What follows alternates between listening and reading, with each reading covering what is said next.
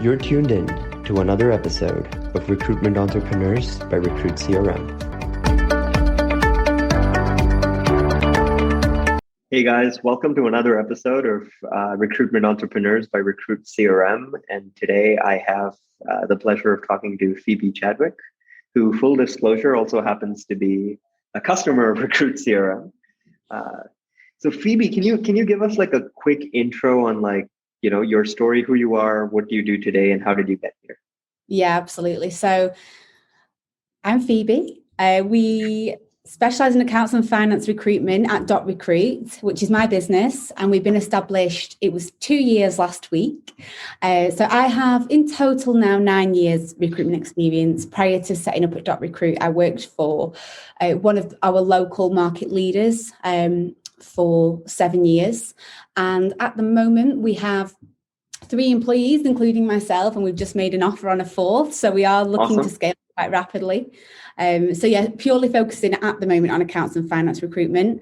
But I'm sure we'll get into, I suppose, the direction of the business. Of course. And before we go into the direction of the business, let's go deeper into your story, right? Where were you born? What was your story growing up? Did you always know you wanted to do recruitment, or what was the dream job growing up? So I'm from an area in the northwest of the UK called Lancashire, and I'm not sure how well known Lancashire is, to be honest, to anybody outside of the UK, because I think we tend to be overshadowed by our neighbours, which are Liverpool, Manchester, Leeds, or Yorkshire, and then the Lake District. So we're kind of in the middle of those amazing sort of counties, and we're not really known for much in Lancashire. So I'm from a city called Preston in Lancashire, and I've been here since I was born. I've been born and raised in Lancashire. And no, I didn't. I think recruitment is one of those jobs that you're not told about it when you're at school. It's not anyone's ideal career path, is it? And I think I hear a lot of people say that they fell into recruitment. I didn't actually fall into recruitment. It wasn't my plan when I was growing up. My plan for what I wanted to be changed probably monthly. I'd go from wanting to be a dentist to then next minute I wanted to be a tattoo artist. It was, the only sort of common theme there is needles. But it was just different all the time. I never really knew what I wanted to do. But one thing was quite clear for me when I got to the age of sort of 17, 18, when I was at college, and everyone was making their plans on where they were going to university. Still at that point, I did not have a clue what I wanted to do.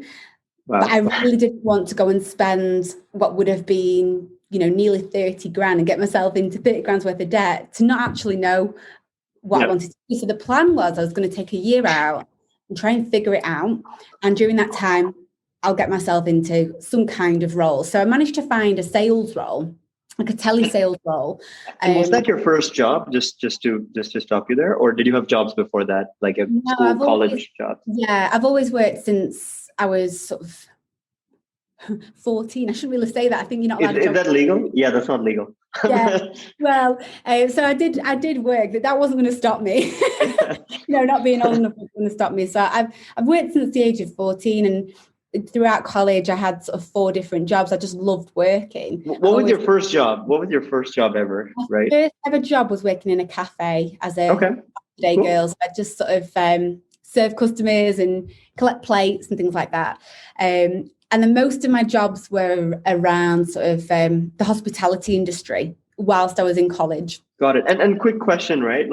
Is the tipping scene in the UK similar to that of the US, where your tips make up 80% of your paycheck, or no? No, in the UK, we're not big tippers. And we do get decent wages though, so that's probably where in the US the wages are super low. They're not here. Our minimum wage is really, really good, and it doesn't matter what industry you're in. So we don't really tip a lot. We might, if we're feeling super generous, we might put a 10% tip. We're not big tippers. So my first jobs were around hospitality. One of them, and then something else, sort of packing sweets for a local sweet factory. So that was pretty cool. And then I left college and landed a telesales job, and it was pretty much phone bashing. And I don't know if other countries have this, but in the UK, there was a big scandal where the banks missold insurance to people. Yeah. So my job was to ask people if they wanted to claim it back, basically. Back then in 2009, everyone was really interested in it. If they were to get a phone call about that now, it's been so overdone. People hate those callers, but that industry was going down the pan because it was only going to be a certain time frame where people could claim. So the entire sales team were made redundant when I was 9 months into that job. Crazy. So I was still 18, just been made redundant from my first real full-time job. And I thought, well, I was the best in that team, in that sales team. My figures were double sort of the next person below me. So I thought, well, why was I so good at that? And it was just, I enjoyed chatting to people. Yeah. So I started doing a little bit of research on, right, how can I utilize this sales experience and make a career out of it? Yeah. And I discovered recruitment and started reading a lot more about it. And so my direction then was, right, I want to get into recruitment. That's all I want to do. That's my focus. I'm going to be a recruitment consultant. So I didn't really fall into it like a lot of people. Very different. So you actually like going in, you didn't just look at a random job ad where it meant like, oh, I'll apply to this too. You literally wanted to become a recruitment consultant and then you found a job and got it. Yeah, that was it. And I almost gave up because I'd had 3 interviews for recruitment consultant roles all in IT recruitment actually. Yeah. And they weren't really on the lookout for somebody as junior as I was. I was only 18. Yeah. And I got to the point where I thought, well, I need a job. So if recruitment's not my path, then what else can I do? And pretty much within the hour of me thinking this, I got a random phone call from one of the managers at RK Accountancy, which is where I've just worked for 7 years. And she said, we've got somebody going on maternity leave and we need someone to look after the candidates for the next sort of 6 months. Are you interested? And I was like, yes, 100% interested. For some reason, it was a 3-stage interview process for this 6 month job. And do you remember as an 18-year-old, like right out of college, like how much did you end up making doing that recruitment job as your first job ever? So my first salary was 16K, which was probably minimum wage at the time. But what I calculated actually after about 6 months in the role was the hours that I was putting in. I was being well underpaid minimum wage because I was working so many hours. Oh, how many hours were you working every week in your first job? I think I was contracted to 42.5 hours a week, but I really, really wanted to do a great job and to really prove myself. So as long as the job was done, I'd probably leave sort of 7, 8 o'clock at night. I'd get there about 8 in the morning. Wow. So my manager, 50 plus hours. Easy 50 plus. And my manager realized and obviously thought, oh, we better give her a pay rise because she's, technically earning less wage on those hours. So yeah, they've always been good at that. And then it was supposed to be a 6-month contract. And then 6 years later, I was still there. It's like no one ever questioned that I wasn't supposed to be there. Well, hopefully you kept getting promoted in those 6 years. And did they have commissions for someone straight out of college, or was that only something for like senior consultants to make once? Well, that initial role was more like a resourcing role. So got it.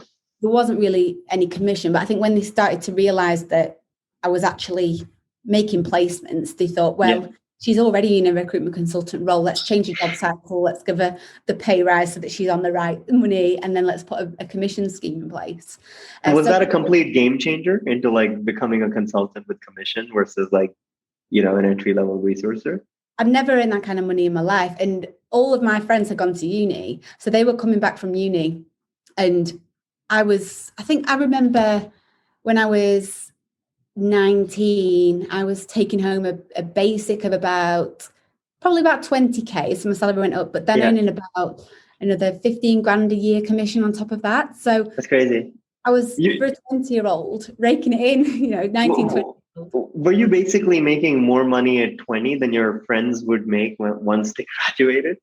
Yeah. The amount of friends that called me up when they graduated and asked me how to get into recruitment. And I thought, thank God I didn't spend that 30 grand, to be in that same position. I made that 30 grand instead. So I wouldn't say to people, don't go to uni, but it was absolutely the right thing for me to not go. because I would have ended up in recruitment anyway. Got it. That's an amazing story. Okay.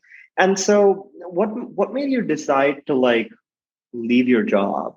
And you've been there for 7 years, so I'm guessing you were treated well and you were happy for most of it.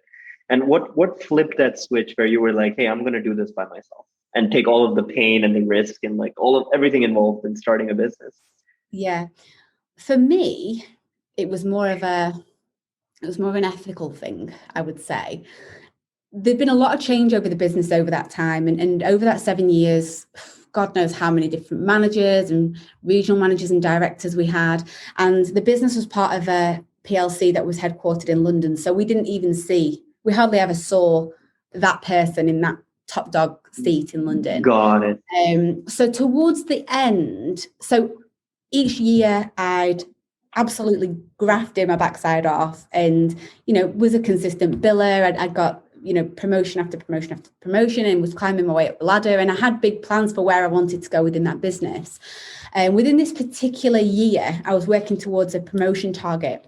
And I think I needed to bill, I can't quite remember now what I needed to bill within that year, but I really wasn't far off whatsoever. So I pushed everything I possibly could into the December. And I managed to hit that target, and I was highest biller that year. I smashed it and I was so excited.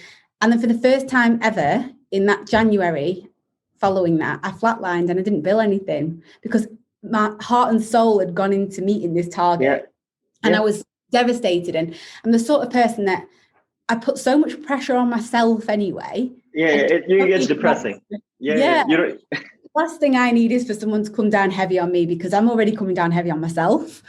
And that top dog who sat in his little office in London came all the way up to little old Preston and sat me down and pretty much said to me, if you do that again, if you flatline again, you're sacked. And I thought, I've given my heart and soul to this business for the last sort of 6-7 years. I don't want to flatline. I've got my promotion targets and my billings and my commission to think about, and for me, I just thought, what am I doing it for? There's no appreciation from them. I'm putting money in their pockets and there's no appreciation from them. It's getting to the point where my targets are so high that I felt as though the line between giving an amazing service to my clients and meeting my targets. And how high were their targets? Were they like 5 times your base, 10 times your base? Like, were they like crazy? How crazy did the targets get? It was more a case of within that particular business, the more you build, if you had an amazing year, that was an absolute minimum expectation the next year, and you want to be pushing on higher than that. And they want. But would they like pay you up to reflect that? So like if they doubled your target, would they double your base or? No. With each promotion, your target got higher. So I suppose you did get your pay rise, but you just earned that. But then obviously it was higher expectation because they were paying you more, which is understandable. Yeah. But it wasn't always looked at as to how achievable it was. And I was running a transactional desk. So there were low level fees. Average fee was $3,000. And then I was expected to then build $200,000 a year. Yeah. And so it's like, well, I'm supposed to be doing that. And that's fine. I will do my best. But what about the service to my clients and, my candidates? Yeah. Having the time to make sure that they're all okay and they're getting the best out of me. Yeah. How can I juggle all of that without something has to give?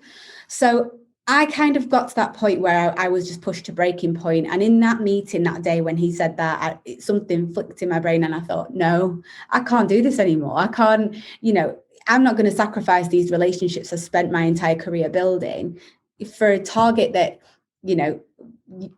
it's going to kill me to try and meet. Yet there's no thank you or no appreciation for it. So that was the trigger for me. And at that point, it was either, right, I go and join a competitor, but I felt like I'd given everything for that business for the last 6 or 7 years that I didn't want to work for somewhere else I already knew.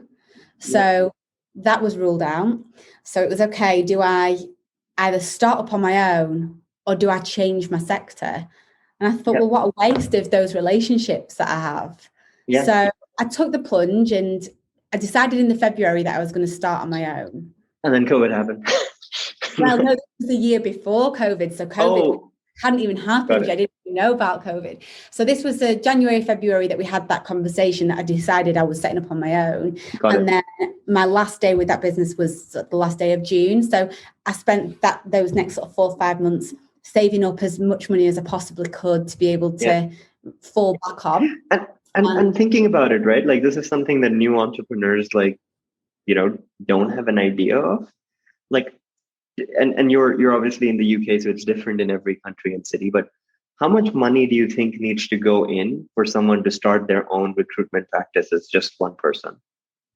I think if you're just going to be a one man or one woman band and you're going to be working from home, if you can keep your overhead super low, you could set up a recruitment business on not a lot of money. I would recommend, if you don't know anything about the industry and you don't have any relationships or any contacts, don't go and get some there and build those first, because you're going to have a really hard time.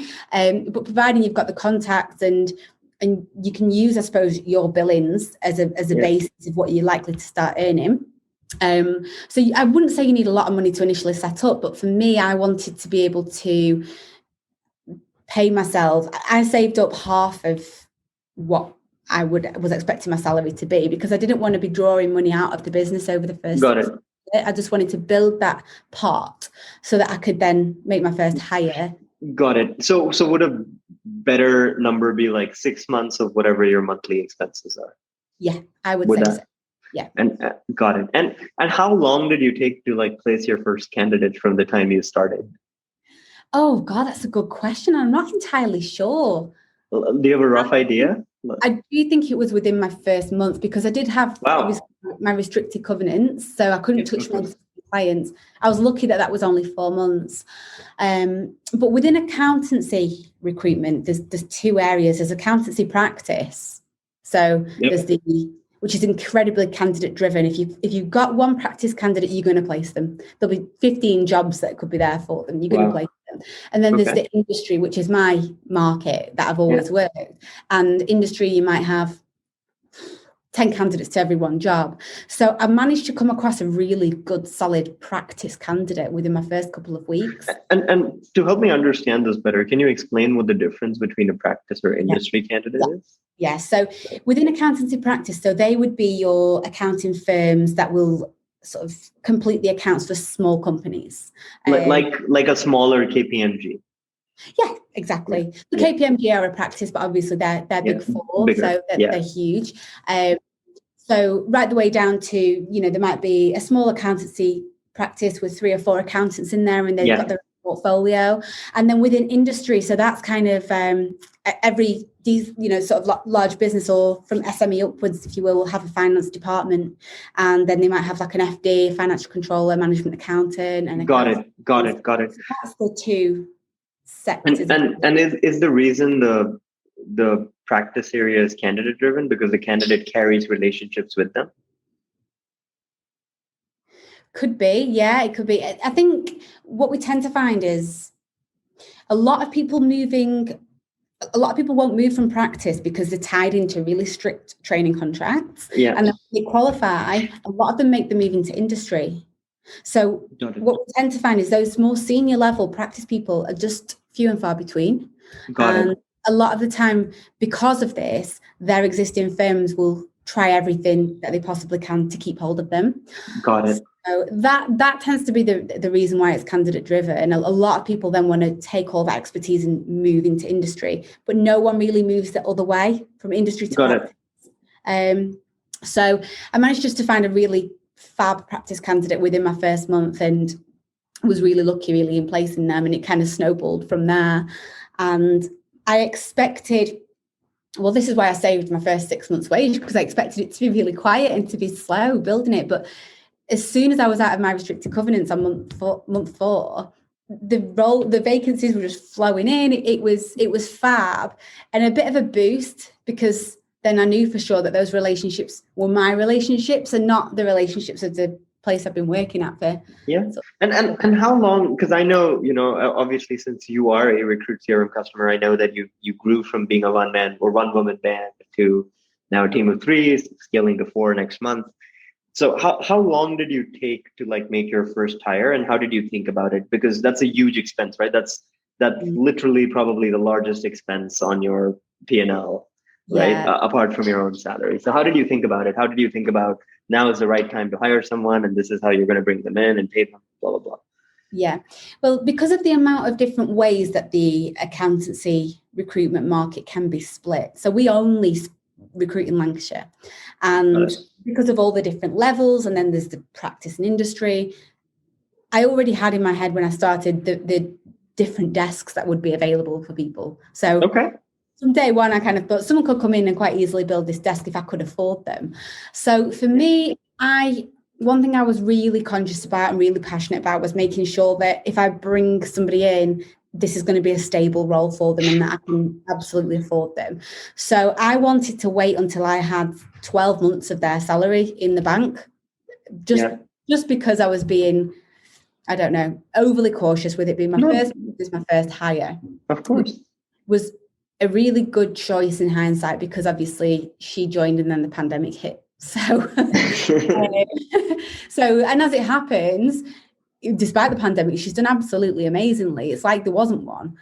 So how long did she take to make her first placement? And that's another interesting question. Like on month 2 or month 3? So what she said to me before she joined was, I really, really want to make my first placement in my first 3 months. And I said, well, yeah, I really, admire that, but don't put too much pressure on yourself, I want you to just grow into this role and learn as you go, and your first placement will happen when you're ready for it. Yeah. She did place in month 2.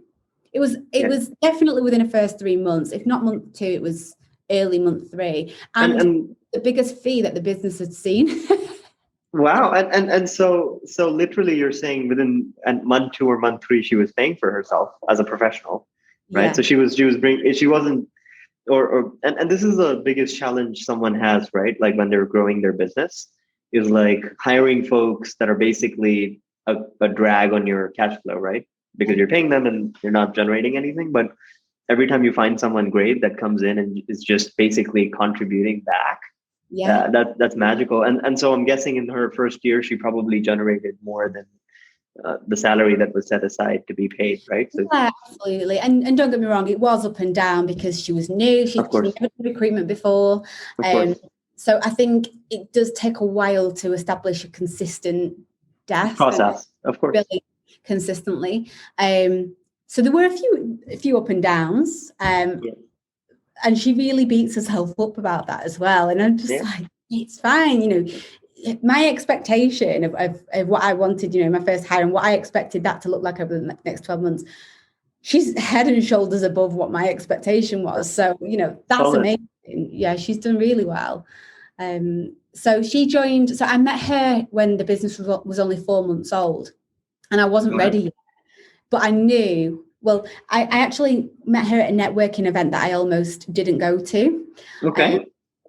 That morning, I remember thinking, I'm too busy to go to this, but I better go because I'd be letting somebody else down that had invited me. And when I got there, we got chatting straight away. And she was telling me all about her background. She'd worked in colleges with sort of school leavers. Yeah. And she said that she'd always wanted to get into recruitment. And we got chatting about it. And afterwards, we kept each other's details. And afterwards, she got in touch and said, when you're ready to grow .recruit, I really want to be on board. So I was a bit taken aback and I thought, you're in a stable government-funded job. Why on earth would you want to join a startup that's only been going for 4 months? Yeah. But I did say, I want to be in a position where this would be a 100% stable job for you. And she was happy to wait. So because of the pandemic as well, I think it took a further 6 months before she actually sat on that seat on her first day. But she waited. So yeah, that was great. That's incredible. And so what's the revenue goal for 2021, right? What's the number you want to hit? So obviously over here, we have still been impacted by the pandemic. So at the start of the year, I think for me, because I knew that we were going to grow and that would take quite a lot of our time away from the desk, because this year we'll have taken on so far another 2 people. Yeah. I wanted it to be quite a minimal figure. I didn't want it to be super, super ambitious. So I set the target of just 100K per head for this year. That's a decent goal. Yeah, but we are on track to absolutely smash that. And Claudia, who is our third employee who's come on board, she's not moving into her recruitment consultant role until September. She's in an admin role at the moment because, again, I wanted to ease her into it. And just the enthusiasm there, they really, really want to do it and they want to make it work. And they love the fact that, well, until now, there's 4 now, so that they're a quarter of this business. So what they do really makes a difference, and it impacts their little quarter of the business. So they're fab. They've got such a great attitude. That's awesome. That's incredible. And just going forward, right, as we close this out, what are sort of the growth plans for your business, right? So as you see, where do you see Recruit in like 3 years or 4 years? Are you still going to be a one city business? Are you all good? Are you do you want to go into other cities in the UK? Like, what are the expansion plans? Or maybe just run this as a clean lifestyle business with 5, 6, 7 people. What's the goal? So I recently brought in a business coach who I'm working with. Okay. I won something where I got a business coach for 12 months. And he's fab, and one thing he's been really great at is helping me drill down on that 3-year plan and what that looks like. So the plan for us, I mean, we're not really that driven by money. We're more motivated by doing the right thing by people and our reputation. But at the same time, I think I'm at a point where I see massive potential with the people that we've got here and with this business and in the market that we've got. So the goal is I would like to get to 1 million turnover within the next couple of years, just so we can say we've done it, to be honest, more than anything. As far as the team goes, so obviously we're at 4 now with Josh, the guy that we've just offered. He's joining on Monday, so we'll be at 4. As far as the different desks though go that will be available, I want 10 people in total over that 3 years. So that's including administrative support as well. And then I suppose from there, I can't really see us going into the different cities. And I don't know why that is. But you don't want to do it. I don't know. I feel like I can see us more tapping into different markets in Lancashire because our clients are already there and we're only servicing their accounts and finance teams at the moment. But what about all their other departments that they've got? And I have a quick question following up with this, right? Like, how do you intend to finance your growth? Is the goal just to like generate free cash flow and invest that into hiring more people? Or, do you want to get more fancy and raise bank debt or like get an investor in? Like, how do you think about that? So in my mind, it's quite a simple formula. As soon as the most recent consultant is billing 10 grand a month consistently, then we recruit the next one. When they're billing 10 grand a month consistently, we recruit the next one. And that's just the simple formula that I have in my head. So it might be a slower growth, but I prefer that organic growth really for us. Yeah. And as long as the bank balance keeps going up every month, it works, right? Yeah. Like it works. And so what would be your advice to your 20-year-old self? For me, it would be just keep the focus on doing the right thing by people and all the rest will follow. The money will come, the relationship will come, and the reputation will come. If you just put those people first, rather than your bank balance and your own, personal goals, it's about them and the rest just flows. Yes, sir. And Phoebe, what's the personal situation like? Are you married? Do you have a boyfriend, girlfriend, kids, dogs, cats? Like what's your personal situation? Now this is one that shocks people actually, because I'm actually divorced. And everyone says, you look far too young to be divorced. How did that happen? Because I'm 28. I was divorced at 26. Recently divorced last year. So at the moment, just really, if anything, that was something that plunged me further into the business and the Yeah, business and work. Yeah, because I mean, to be honest, an absolute positive. You know, it's not a negative situation. I think a lot of people feel like, oh, I don't know what to say. But you know, for me and for my ex, we're still very good friends. We were just got very it. young. We got together and we kind of grew in different directions into different things. So yeah, I'm actually recently divorced and just loving life and enjoying just being responsible for myself. Got it. So no pets and no cats and no dogs. You just have 3 team members. And Yeah, that's it. I think it's funny because one of my team asked me the other day what my why is, and it's funny how it's changed over the years, because at one point it probably would have been being able to prove to myself that I can climb the ladder and that I can be successful. Yeah. And now it's my why is my team, because it's not just my mortgage I've got to pay and my food I've got to put on the table, but it's theirs as well. I mean, we all contribute to that, obviously, but That's yeah, awesome. I feel like everything, you know, on a personal level at the moment is so nicely balanced, you know, with work and, you know, it's working. Relationships and all of that. Yeah, it's great. And last question to close out, right? What would be your advice, not to yourself, but to anyone else that is now starting a new recruitment business today, right? Like, what would you recommend they think about before they jump in? So partly the same advice I would have given myself, obviously, more about the service and doing the right thing by people. But also, as much as I hate to say there is a big importance on really just getting your head down and working really, really hard at the moment, because it will pay off. Regardless of what it is that motivates you, if you can get your head down, you're going to build some really fab relationships. You're going to build. A lot of people are scared of KPIs and don't like the word KPI because at one point might have been bashed over the head. They're a really great tool. So they will help you work. It's kind of like that balance between working smarter and not working harder. And so it's hard to keep all the plates spinning. And that is something that is real. So don't be too hard on yourself, but as long as you're really trying, and then you're going to be fine. Got it. So there we have it, guys. That was Phoebe. Look at your KPIs and treat your clients well, and your business will work out. Phoebe, thank you for doing this. I really appreciate it. Thank you for having me. Thanks for the invite. And that's all for today's episode of Recruitment Entrepreneurs. Like and follow us if you liked today's episode and want to hear more stories from the world of recruitment.